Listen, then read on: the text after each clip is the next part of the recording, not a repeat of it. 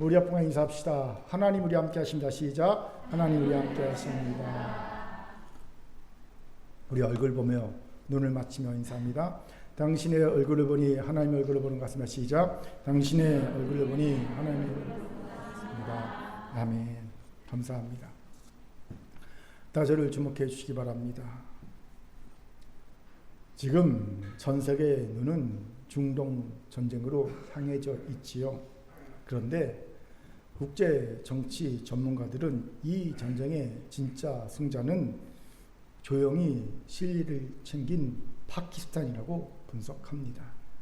그들은 전면에 나서 피를 흘리거나 어느 쪽의 공격도 받지 않았지요. 오히려 이란이 서방 세계와 충돌하며 힘을 잃을 때 파키스탄이요, 이슬람권 내 유일한 핵 보유국으로서 지정학적 몸값을 올렸고요.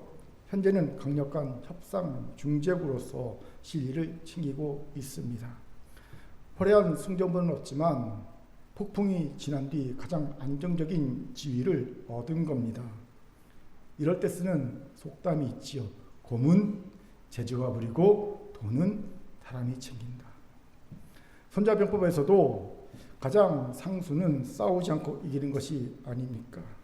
그런데 이런 상수의 지혜를 우리는 3000년 전 예루살렘 왕궁에서 벌어진 치열한 왕위 쟁탈전에서도 발견하게 됩니다. 좀 어려울 수 있지만 재밌습니다. 잘 들어보세요. 다윗에게는 여러 명의 아들들이 있었습니다. 이 아들들을 둘로 분류할 수 있어요. 한 부류는 헤브론에서 낳은 아들들이고요. 다른 한 부류는 예루살렘에서 낳은 아들들입니다. 먼저 헤브론에서 낳은 아들들은 총 6명입니다. 첫째 암논, 둘째 길르압, 셋째 압살롬, 넷째 아도니아, 다섯째 스바랴, 여섯째 이들람입니다. 둘째 예루살렘에서 낳은 아들들은 적어도 14명 이상입니다. 그중 중요한 아들들은 밧세바와 사이에서 낳은 아들들이지요.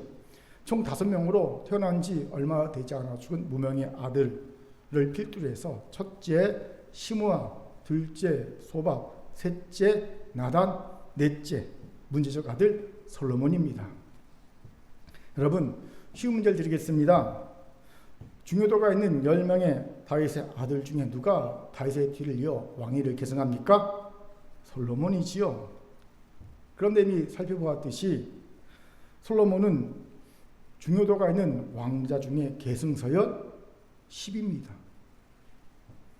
계승서열 10위가 위의 모든 형들을 지치고 왕이 된 겁니다. 이 말의 의미가 무엇인지 혹시 짐작이 가십니까? 치열한 왕위 쟁탈전이 있었다는 의미입니다. 그렇습니다. 권력은 부자지간도 나누어 가질 수 없다지 않습니까? 하물며 형제지간은 말에 무엇하겠습니까? 아마 모르긴 몰라도 생사를 건 치열한 왕위 쟁탈전이 왕자들끼리만이 아닌 왕자를 옹이하는 그룹들 사이에서 일어났음을 짐작할 수 있지요. 질문 생깁니다. 이럴 때 쉽게 연상되는 것이 무엇일까요? 한마디로 세력들 간의 합종 연행이 연상됩니다. 아마도 헤브론 출신 왕자들과 예루살렘 출신 왕자들이 대립각을 이루는 합종 연행이 있었을 것으로 짐작되지요. 그런데 이런 합종 연행은 단순히 출신 지역을 의미하는 것만은 아니었습니다. 흥미롭게도 헤브론 출신은요, 그 사상이 보수적입니다. 그리고 이스라엘의 혈통을 강조하는 측면이 강한 집단들이었습니다. 그러니 유대 정통 제사장 아비아달과 보수적인 군부 세력의 정점에 있던 총사령관 요압이 그 그룹에 속해 있음을 보게 되는 겁니다. 반면 예루살렘 출신 왕자들의 그룹은 그 사상이 좀 자유롭습니다. 또 정통 이스라엘 혈통에서 벗어난 이들이 모였음을 보게 되죠. 그러니 제사장, 사독과 나단과 같은 좀 의견이 분분하긴 하지만 제 개인적인 의견으로는요, 이들은 아마 가나안 출신 선지자나 제사장들인데 귀한 거로 보입니다. 괴정한 거로 보입니다. 이방인 출신이 이 그룹에 속해 있거나 군 수뇌부도 분해와 같은 블레셋 출신 장수가 중심을 이뤘음을 봅니다. 사상이 자유롭기 때문에. 즉 대립은 겉으로 보기에는 헤브론 출신과 예루살렘 출신이라는 그 지역의 대립으로 보였지만 그 속을 들여다보면 좀 더 복잡한 혈통과 신앙과 가치관의 대립이었다는 겁니다. 자, 이럴 때 보통 어떤 일이 벌어집니까? 각 그룹의 대표 주자를 뽑지요. 마치 여당과 야당에서 많은 대권 주자들 속에서 한 명의 대권 후보를 뽑듯이 말입니다. 먼저 헤브론 그룹에서는요, 당연히 첫째 암논이 차기 왕이 1순위 계승자였습니다. 그런데 그는 그만 배다른 누이 다말을 욕보인 죄로 다말의 친오빠 셋째 압살롬에 의해 암살되죠. 자중질환이 일어난 겁니다. 그리고 둘째 길압은요, 누구의 아들일까요? 갈멜의 지혜로운 여인 아비가일의 아들입니다. 그래서 이 길압에 대한 두 가지 설이 있습니다. 어머니의 지혜를 본받아 일찍이 왕이 쟁탈전에서 물러나 직고했다라는 설과요, 일찍 죽었다라는 설이 있습니다. 저는 일찍 죽었다에 더 심중을 두지만 아무튼 길압도 왕이 쟁탈전에 참여하지 않았습니다. 그럼 이제 자연스럽게 셋째 압살롬에게 왕위 계승권이 가게 되지 않겠습니까? 대표 주자가 되지 않겠습니까? 그런데 어찌된 일인지 압살롬은 친히 반역을 일으켜 아버지를 몰아내고 자신이 왕위에 오르려 하지요. 추정하기는 암논을 단죄하는 과정에서 아버지 다윗이 보인 모습에 대한 실망감과 일찍이 솔로몬을 왕으로 낙점한 것에 대한 반발이 아닐까 싶습니다. 결국 압살롬의 반역은 실패하고요, 압살롬은 비참하게 죽고 말지요.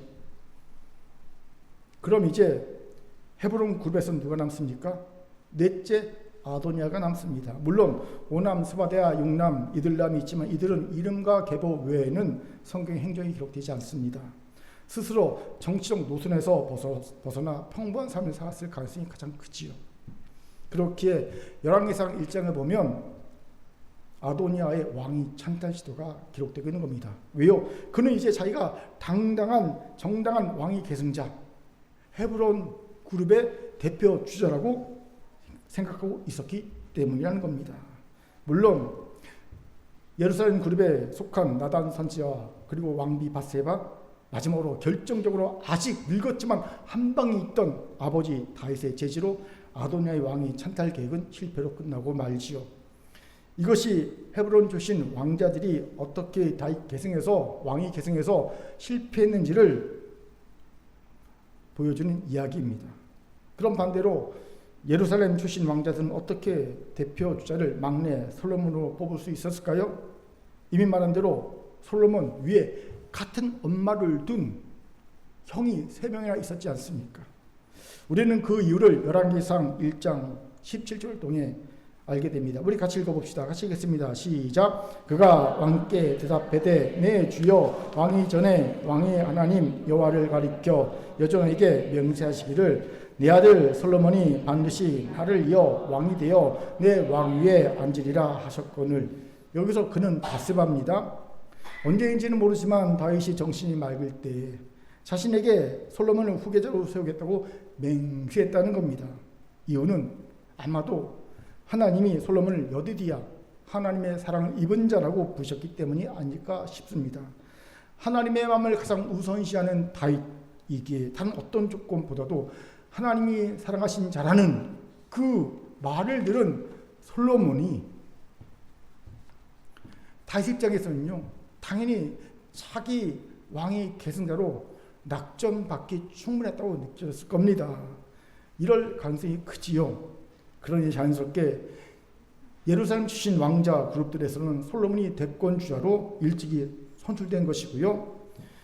열왕기상 1장의 왕위 쟁탈전의 주자들도 헤브론의 아도니아, 예루살렘의 솔로몬과의 각 축전으로 등장하고 있는 겁니다. 여기까지 이해되셨습니까? 아멘. 그리고 결국 막내 솔로몬이 다윗의 왕위를 차지하게 되지요. 왕궁 안에서 형제들이 서로 밀어내고 죽고 사라지는 동안 결국 마지막에 왕관을 쓴 이는 솔로몬이었습니다. 형제들의 피와 눈물과 무너진 인생들이 깔려있는 왕관이었지요. 그럼에도요, 겉으로 보기에는 완벽한 승리요, 세상의 눈에 그는 가장 화려한 승자였습니다. 그런데 여기서 성경을 조금 아는 분들은 이런 질문이 생길 수 있어요. 정말 솔로몬이 진정한 승자였을까? 우리 같이 마태복음 1장 6절을 같이 읽겠습니다. 같이 읽죠. 시작. 이새는 다윗 왕을 낳으니라. 다윗은 우리아의 아내에게서 솔로몬을 낳고. 세상의 왕궁은 솔로몬을 다윗의 완전한 후계자로 선언했지요. 그러나 마태복음의 메시아 계보는 놀랍게도 밧세바를, 솔로몬의 어머니 밧세바를 끝내 누구로 기억합니까? 우리아의 아내로 기억합니다. 다윗의 아내가 아닌 우리아의 아내를 기억합니다. 이것은요, 하나님이 권력의 승리 뒤에 묻힌 우리아의 억울함과 피를 잊지 않으신다는 뜻입니다. 마치 인간의 판결과는 다른 하나님의 법정이 아직 열려있는 것 같습니다. 이러니 왠지 솔로몬의 왕위 계승에 문제가 있는 것 같이 보이지 않습니까? 다윗의 아들을 솔로몬이 아니라 우리아의 아내 밧세바가 낳은 솔로몬이니까요. 예, 이 마태복음의 계보에 따르면 문제가 있어 보이지 않냐라는 생각이 들지 않습니까? 그럼에도 하나님은 솔로몬을 다윗 왕권의 정통 후계자로 세우십니다. 왜요? 이 왜가 중요합니다. 죄의 흔적과 단절의 틈을 하나님의 선택과 은혜로 이어지게 하신 겁니다.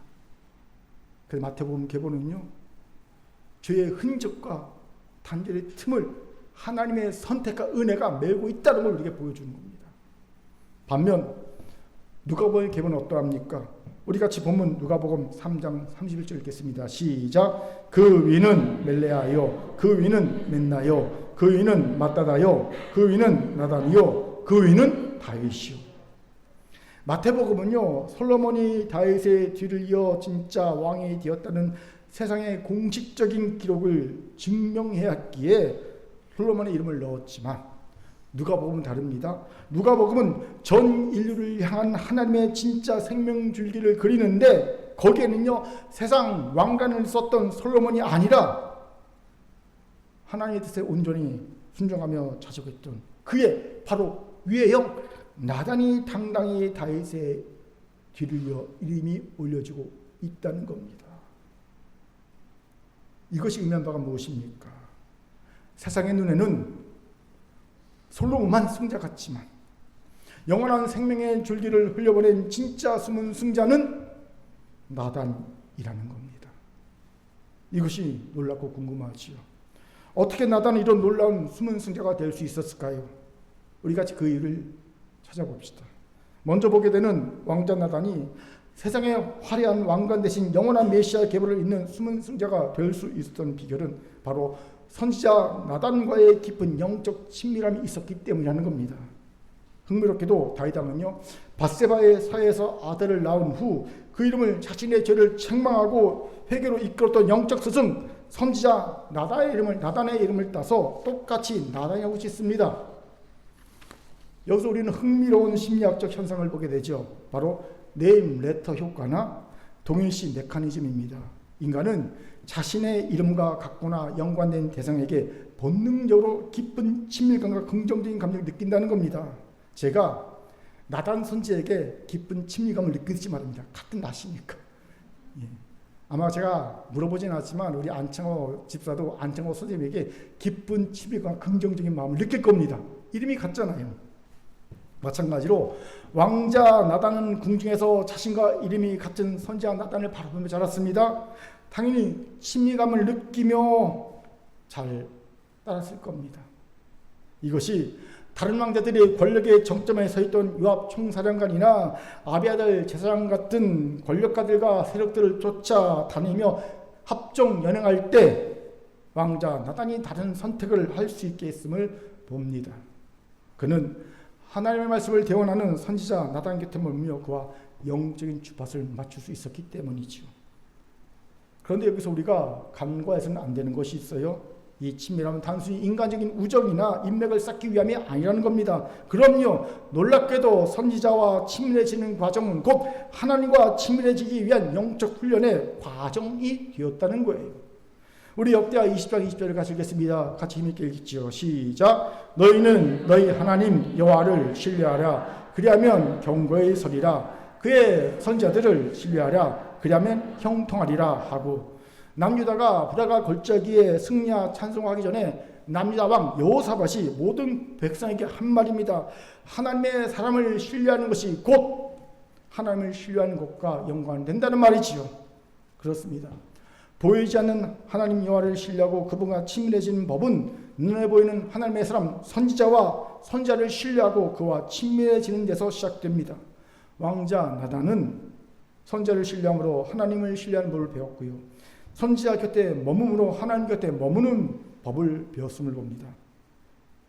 그런데 사실 이 방법은요, 그의 아버지 다윗이 평생을 거쳐 보여준 신앙의 자치이기도 합니다. 다윗이 사울왕의 추격을 피해 높당에서 제사장 아히멜렉과 소통했고요. 아둘람굴에서 선지자 가세의 가르침을 받았고요. 그 말에 순종했고요. 에봇을 가져와 하나님의 뜻을 묻던 그 모든 과정이 무엇을 의미합니까? 눈에 보이는 선지자와 제사장 제도를 통해 하나님과의 친밀함을 유지하기 위한 몸부림쳤던 흔적이라는 겁니다. 다윗의 영적 비결을 다른 아들이 아닌 나단이 물려받고 있었음을 봅니다. 괜히 다윗을 이어 솔로몬과 대등하게 영원한 생명의 물지기를 흘려보내니까 나단이 된 것이 아님을 알게 하는 대목이지요. 나단은 영적으로 아버지 다윗을 가장 많이 닮았음을 봅니다. 외모는 압살롬이 가장 많이 닮았고요. 지혜는 솔로몬이 많이 닮았고요. 영성은 나단이 가장 많이 닮았지 않나 생각합니다. 여기에 한국교회의 아픈 현실이 있습니다. 점점 목회자에 대한 신뢰와 친밀함이 교회 내에서 사라지고 있습니다. 실제로 목회 데이터 연구소의 조사에 따르면 한국 교회의 목회자에 대한 전반적인 신뢰도는요, 매년 하락세를 보이고 있습니다. 개신교인조차도 목회자를 신뢰한다는 비율이 절반을 조금 넘는 수치입니다. 성도들이 반 정도 조금 넘는 성도들이 목회자를 신뢰한다고 대답했어요. 비개신교인들은요, 목회자를 신뢰한다는 비율이 겨우 10%내 안팎에 불과합니다. 이게 충격적인 그 통계지요. 목회자의 설교와 삶이 일치하지 않는다고 느끼는 성도들이 늘어날수록 선지자를 통해 하나님을 보던 영적 통로가 막히는 것을 깨닫게 되지요. 왜 이렇게 되었을까요? 저는 한번 소개한 적이 있는데, 목사 안수를 받을 때 노예 선배 목사가 권면에서 그 답을 쳤습니다. 부산 거성교회 담임 목사가 목사 안수에 이렇게 권면했습니다. 싹군 목자라도 되십시오. 불타는 사명감으로 갓 목사 안수를 받은 이들에게 싹군 목자라도 되라니 황당했지요. 그런데 목회를 30년 이상 해오다 보니까 비로소 그 권면의 말을 제대로 이해할 수 있었습니다. 여러분, 싹군은요, 받은 싹만큼이라도 일을 합니다. 정직한 일꾼이죠. 그런데 현실에서 목회자들이 받은 싹만큼 일하지 않는다는 거예요. 이런 일이 넘쳐나는 겁니다. 교회에서 성도에게서 받은 기도와 사랑만큼만 해도 정직한 목사인데 말입니다. 저를 돌아보니 그렇다라는 거예요. 그래서 언제부터인가 저도 싹군이라도 되자는 마음으로 목회를 합니다. 그런데 이건 저와 같은 목사들이 변화되어야 할 부분이고요. 교회와 성도는 어떻게 목회자에 대한 하나님의 삶에 대한 신뢰와 친밀감을 회복할 수 있을까요? 제가 깨달은 게 있어요. 목회하면서. 사람에게 친밀감과 신뢰를 잃치는 방법이 있다. 뭔지 아십니까? 바로 그를 붙잡고 계신 아버지 하나님을 신뢰하는 겁니다. 아버지 하나님이 나 같은 죄인의 괴수를 끝까지 붙잡고 변화시키고 계시듯이 그도 나와 같이 붙잡고 변화시킬 것이라는 하나님의 사랑에 대한 믿음, 신뢰입니다. 이 신뢰를 가지면서부터 사람에 대한 친밀감과 신뢰를 잃지 않을 수 있었습니다. 그렇기에 사람이 아닌 그 사람을 붙잡고 계신 아버지 하나님을 신뢰합시다. 아멘. 여러분, 이 신뢰의 발판 위에 설 때야 비로소 우리는 온전한 공간과 경청의 자리로 나아갈 수 있습니다. 이것이 첫 단계입니다.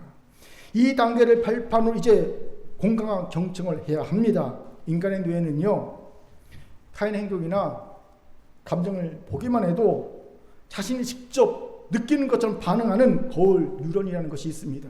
그래서 드라마를 보다 같이 우는 거예요. 마치 나 같거든요. 제가 요즘 이 호르몬 작용인지 더 많이 웁니다. 울컥울컥합니다. 예. 거울 뉴런 때문에 그렇습니다. 이처럼 서로를 판단과 정죄의 시각이 아닌 공간과 경청의 시각과 마음으로 대하는 겁니다. 그러면 놀랍게도 친밀감이 생깁니다. 그리고 그 친밀감 위에 신뢰가 얹혀지는 거예요. 사랑하는 성도 여러분, 우리 이제 서로를 붙잡고 계신 아버지 하나님을 신뢰합시다.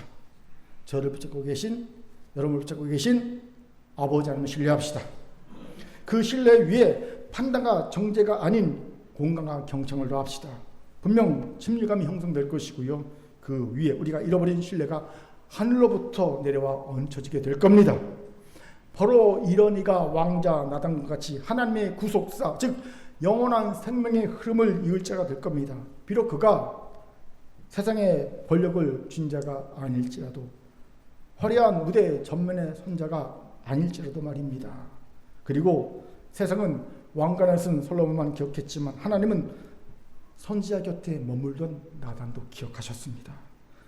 그렇게 우리도 세상의 승자가 되려고 하지만 말고 하나님의 기억 속에 남는, 하나님이 기억하신 이가 되기를 주님을 축원합니다. 아멘. 자, 저를 따라합시다.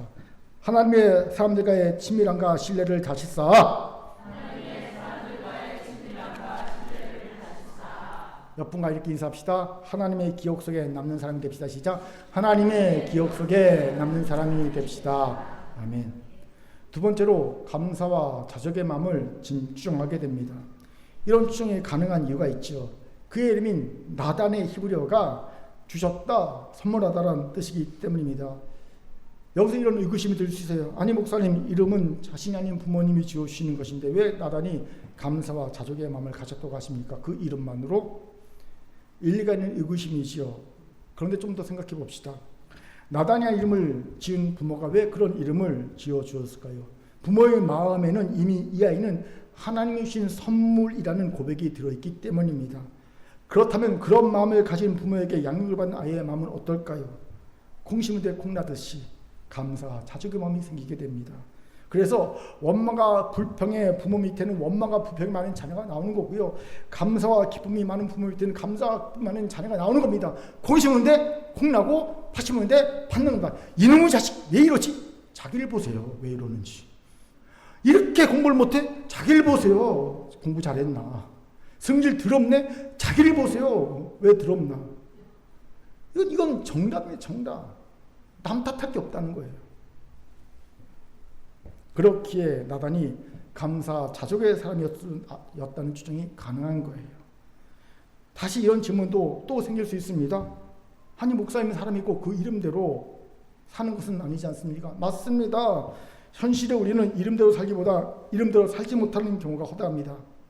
예전에 유명한 음향 감독으로 1세대 음향 감독으로 김벌레라는 분이 있었어요. 아시는 분이 있을 겁니다. 여러분, 그분이 만약 이름대로 살았으면요 벌레처럼 살았을 겁니다. 그런데 그분은 이름대로 안 살았잖아요. 그래서 1세대 유명한 음향 감독 되지 않았습니까? 그렇게 이런 질문이 드는 것은 당연합니다. 하지만 성경의 이름은 좀 다릅니다. 성경에 보면 많은 이름들이 그 이름대로 살았던 것을 봅니다. 허물한 뜻의 이름을 가진 아벨은 정말 허무하게 인생을 마무리했고요. 사기꾼 야곱은 정말 오랜 시간 동안 사기꾼의 삶을 살았고요. 물에서 건준 자 모세는 정말 그 이름처럼 이스라엘 백성을 홍해와 애굽에서 건져냈지 않습니까? 그렇게 성경에서 나오는 이름들은 그냥 흘려버릴 수 없습니다. 나단도 그랬다는 겁니다. 또 그는 선지자 나단과 친밀함과 신뢰를 가졌고 하나님과도 그랬지 않습니까? 이런 이가 원망과 불평의 사람, 욕심투성의 사람이 되었다라고 생각하는 것은 상상이 잘 가지 않는 모습입니다. 무슨 말입니까? 아마도 나단은 그 이름대로 자기 인생의 모든 것은 자기 힘으로 쟁취한 것이 아닌 하나님이 주신 선물임을 항상 자각하며 감사 자족의 마음을 가진 이로 자랐을 것이라는 겁니다. 이러니 굳이 세상의 왕관을 탐하며 형제들과 피를 흘릴 필요가 없었을 거예요.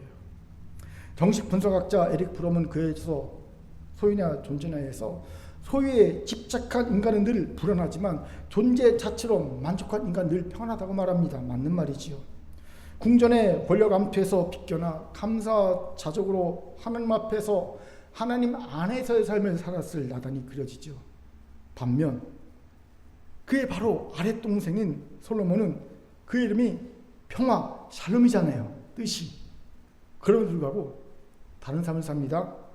솔로몬은 그 이름대로 사실 평화를 지키기 위해 군마를 모으고 이방 여인들과 정략결혼을 했습니다. 하지만 그는 쟁취를 위한 투쟁의 삶을 살았던 거죠. 외적으로는 그 이름대로 평화를 누렸지만 내적으로는 결코 평화로울 수 없는 삶이었습니다. 그러니 그는 말년에 전도서에서 인생을 돌아보면 헛되고 헛되다 연발하는 것 아니겠습니까? 여기서 오해하지 말아야 할 것이 있어요. 그렇다고 솔로몬이 이룬 평화가 평화될 수 있냐? 아니라는 겁니다. 솔로몬이 이룬 외적 평화가 없었다면 나단의 내적 평화도 없었을 것이기 때문입니다. 그렇기에 내적인 평화만큼 외적인 평화도 중요합니다. 결코 솔로몬이 이룬 외적 평화가 평화될 수 없다는 겁니다. 단 솔로몬이 그 외적 평화를 이루기까지의 방법이 하나님이 기뻐하실 만한 방법이냐는 것은 생각해볼 문제라는 거지요. 외적 평화를 이루기 위해 그가 취한 방법의 여파로 이스라엘 내 우상 숭배가 넘쳐났음은 익히 알려진 일이기 때문입니다. 아무튼 왕자 나단은 그 이름대로 감사와 자족의 사람이 되어 피튀는 왕이 쟁탈전에서 빗겨던 삶을 살았고요. 그는 비록 세상의 왕관을 쓰지 않았지만 솔로몬을 제한 왕들들 중 유일하게 메시아 계보를 잇는 생명의 왕관을 쓴 하나님의 기억에 남는 이가 되었을 겁니다. 여기서 중요한 질문이 생기죠. 하나님, 아니 목사님, 그럼 우리 그리스도인들은 세상의 것, 쟁취하는 것 원하고 소유하면 안 됩니까? 결코 그렇지 않습니다. 그리스도인도 얼마든지 세상의 것을 원하고 소유해도 됩니다. 그런데 여기서 구분해야 합니다. 바로 원함, 이걸 욕망이라고 합니다. 욕망과 욕심의 차이입니다.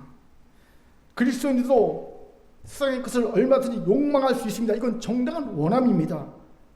그리스도인도요, 부자에 대한 원함, 건강에 대한 원함, 인기와 명예에 대한 원함, 권력에 대한 원함을 가질 수 있습니다. 이것을 죄악시하면 그건 성경의 가르침이 아닙니다.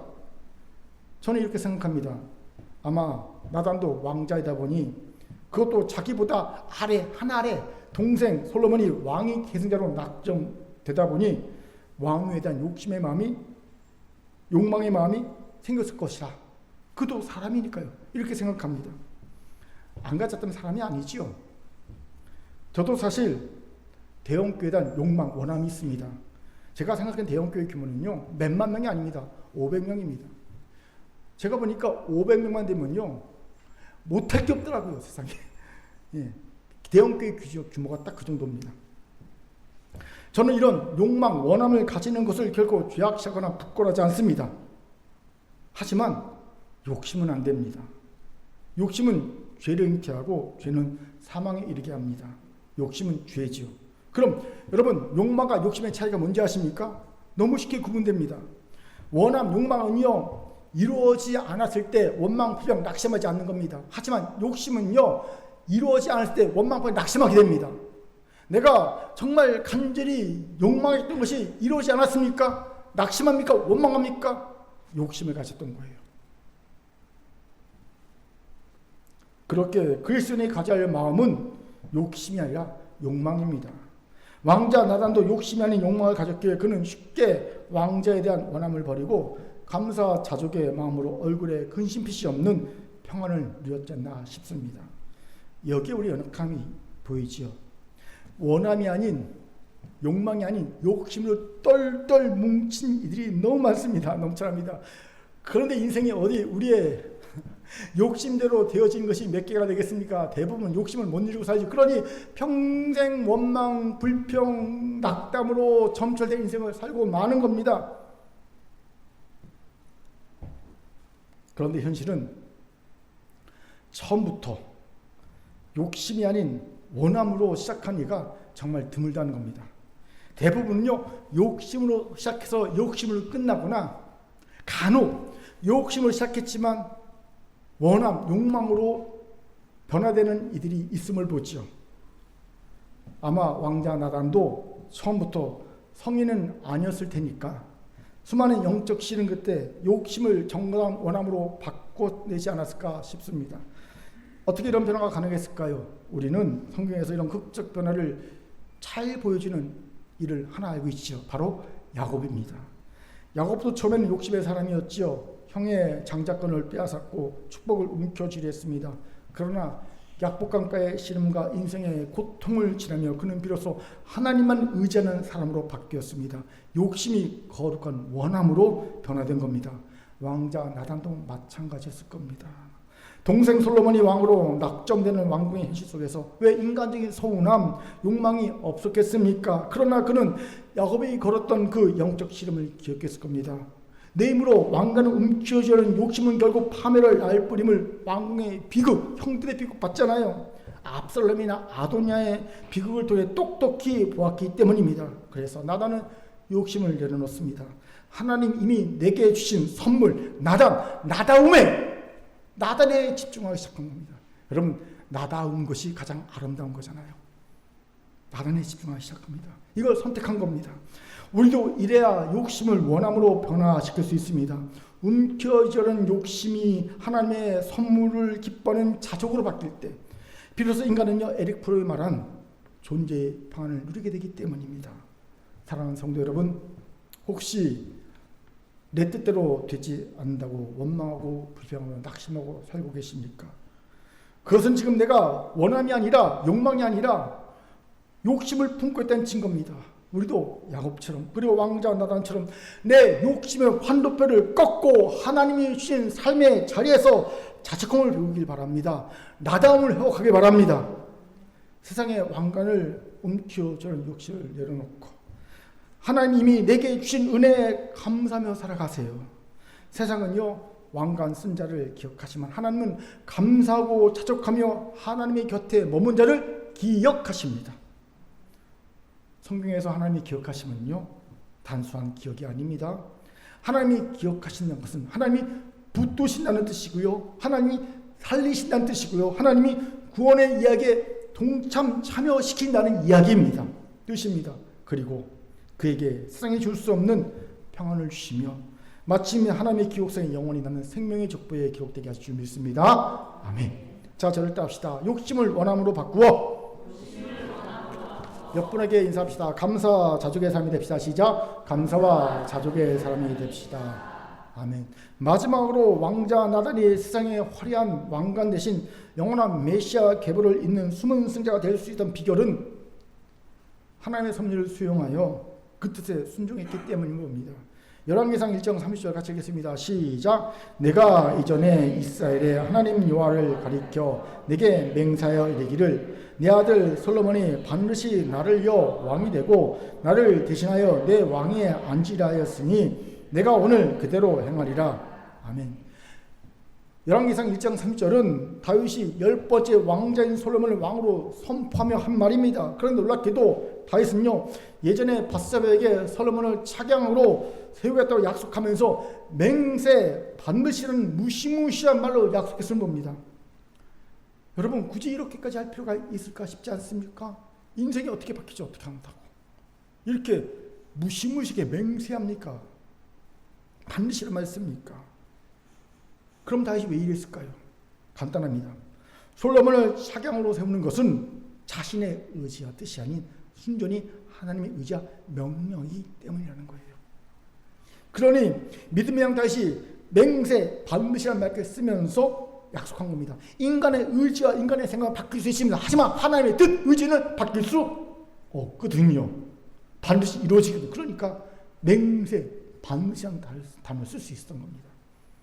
그런데 여러분, 만약 여러분이 왕자들의 입장이라면 특히 계승세열 1위부터 3위까지에 속하는 암논, 길르압, 압살롬이라면 어떤 마음이 들겠습니까?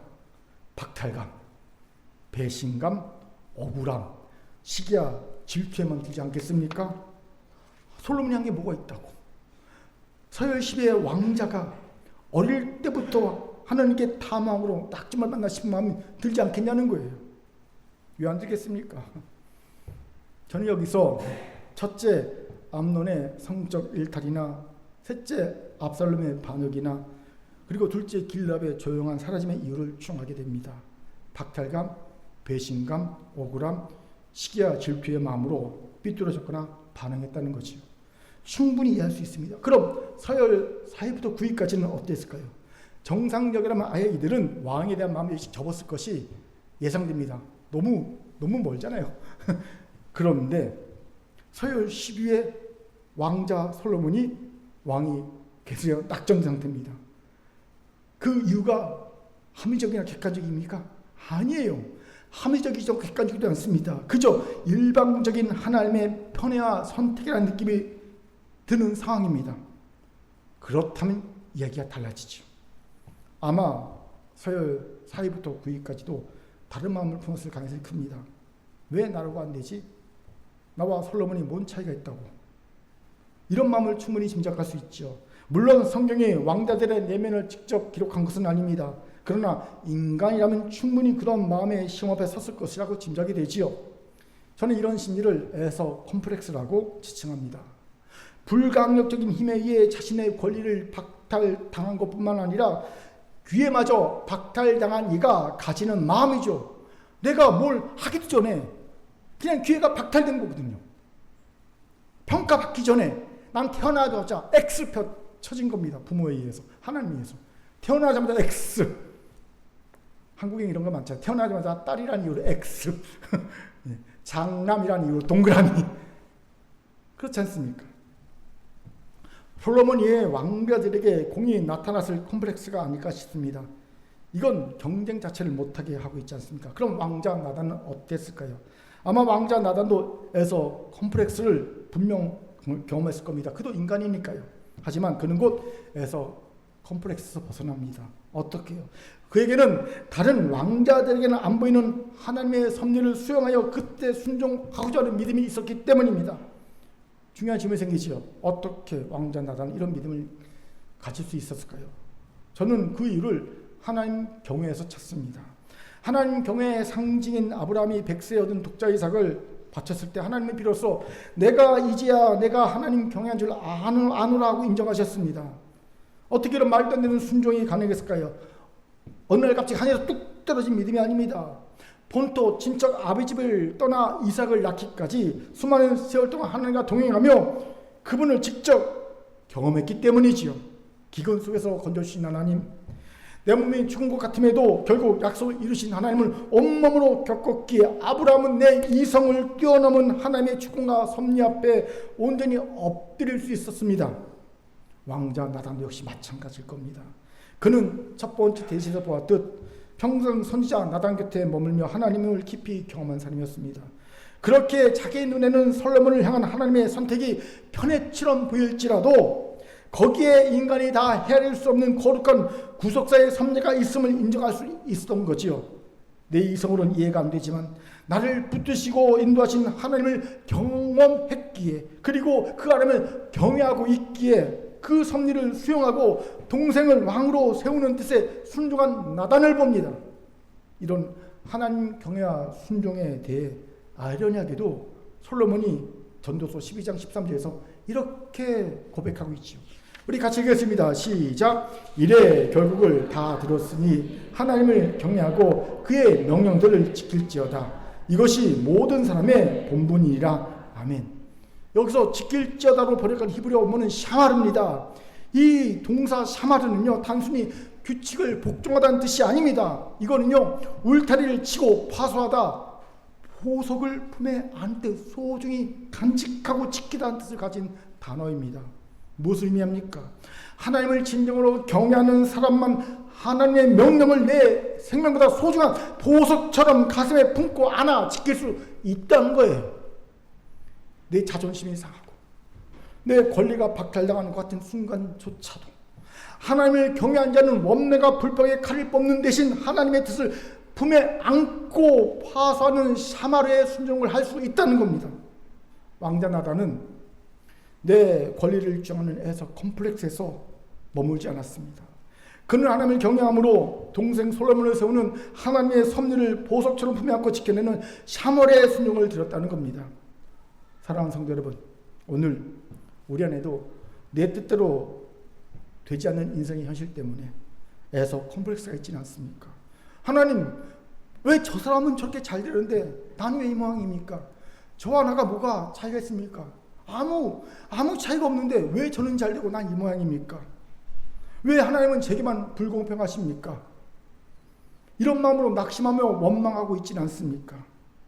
그때 우리가 회복해야 할 것은 하나님 경외입니다. 내 인생의 걸음을 한치의 오차도 없이 인도하시나 그 하나님을 신뢰합시다. 내 뜻과 달라도 하나님의 뜻이 언제나 옳음을 인정합시다. 아멘. 그런데 이 하나님 경외는 신학교 강의실에서 예배당에서 얻어지는 것이 아닙니다. 대신 굴곡진 인생길을 하나님과 끝까지 동행한 끝에 얻어진다는 거예요. 아브라함 보세요. 아브라함이 만약 모리아산 정상까지 가지 않고 한 7, 8부 능선까지 가다가 멈췄다면 그가 하나님 경외한 자라는 인정을 받을 수 있었겠으며 그가 여호와 일의 양을 볼 수 있었겠습니까? 어림도 없습니다. 그렇게 하나님 경외는요, 굴곡진 인생길이라도 하나님과 끝까지 동행하는 자에게만 주어진 특별한 선물임을 잊지 마세요. 여기에 하나님 경외가 사라지고 동달아 하나님의 섭리를 수용하고 순종하는 자도 사라지는 이유가 있음을 보지요.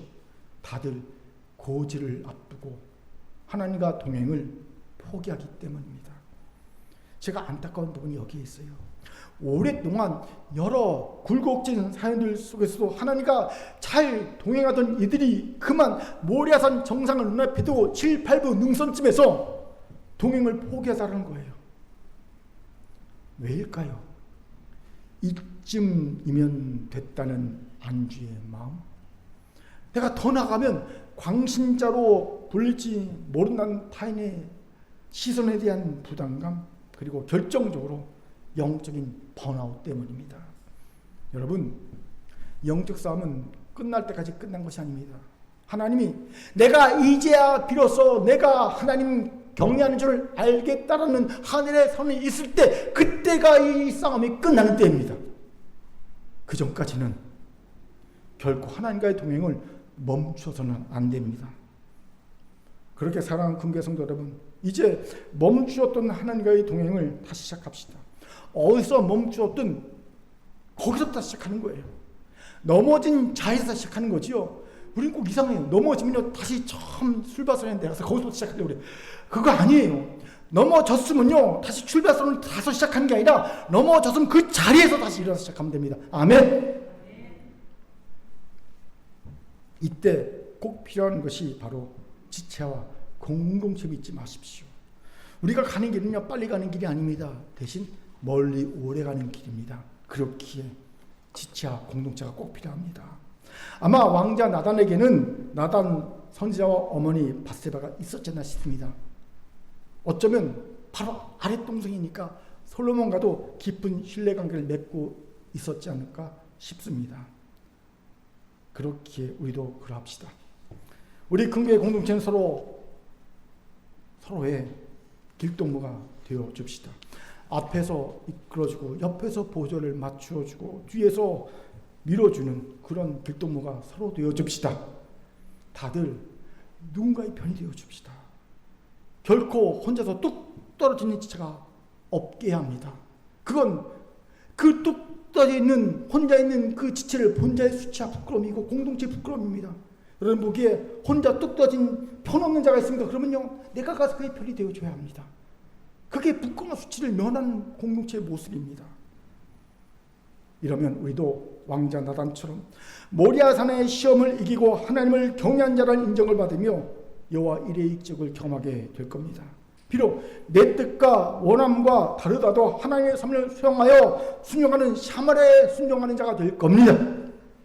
사랑하는 금교 성도 여러분, 비록 세상은 끝내 왕관을 쟁취해낸 승자들만 기억할지 모르지만 하나님이 이런 우리를 기뻐하실 겁니다. 자신의 욕망보다 하나님의 주권을 더 높이며 순순히 섭리에 순종한 나단을 기뻐하셨듯이 말입니다.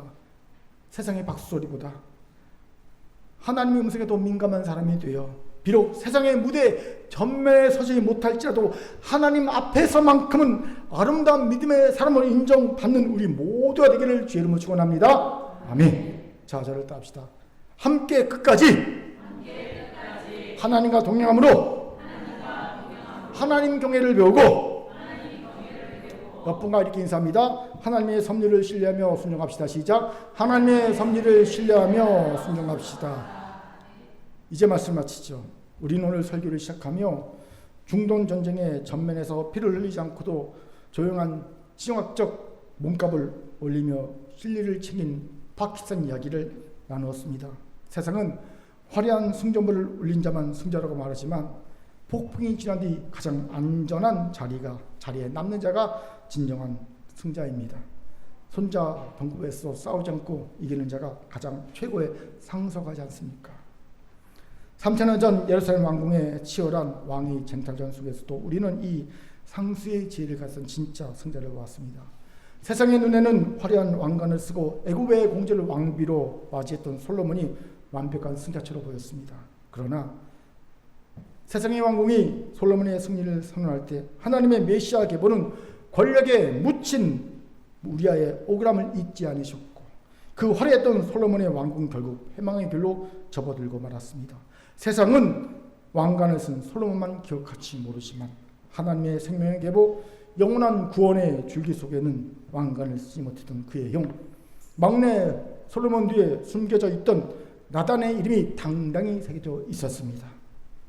어떻게 이런 일이 가능했습니까? 첫째, 나단은 권력의 라인이 아닌 하나님의 말씀 선자 옆에 머물렀기 때문입니다.